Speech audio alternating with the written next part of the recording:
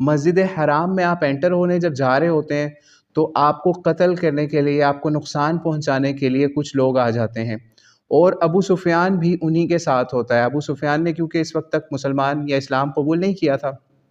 تو وہ بھی ہوتا ہے۔ لیکن جب وہ دیکھتے ہیں کہ مطعم بن عدی کے 7 یا 8 بندے، یا اس مطعم بن عدی کے بیٹے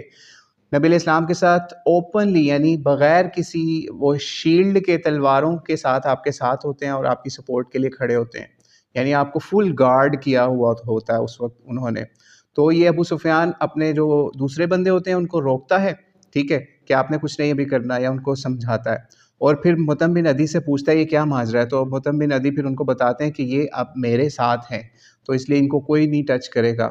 تو اس کے بعد نبی علیہ السلام وہاں پر آتے ہیں، یعنی مکے کے اندر، پھر آپ طواف وغیرہ بھی کرتے ہیں اور وہاں پر نماز بھی ادا کرتے ہیں۔